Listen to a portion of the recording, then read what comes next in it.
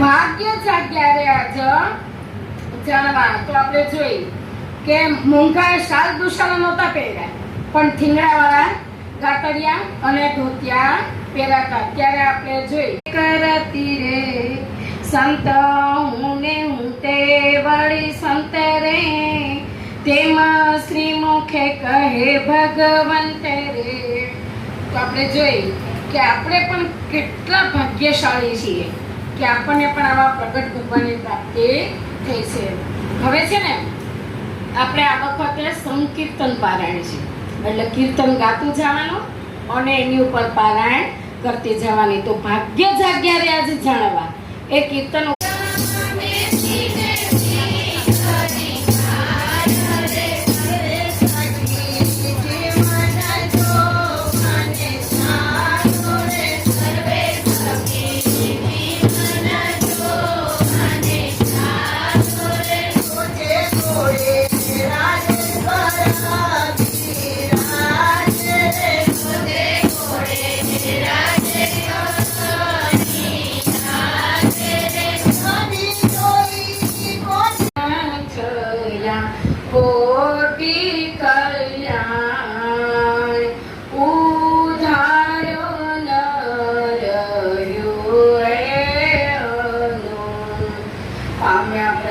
પ્રગટ પ્રમાણ પામ્યા પ્રભુ પ્રગટ પ્રમાણ.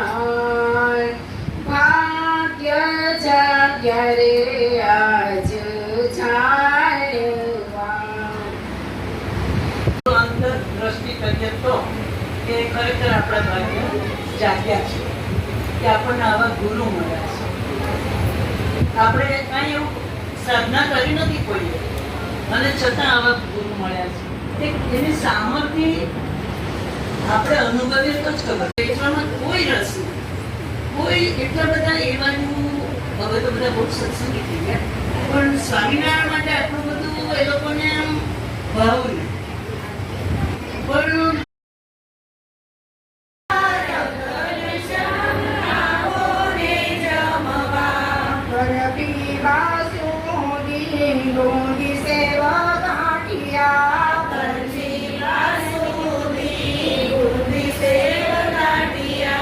લાડુ જલેબી મોટા જમઠિયા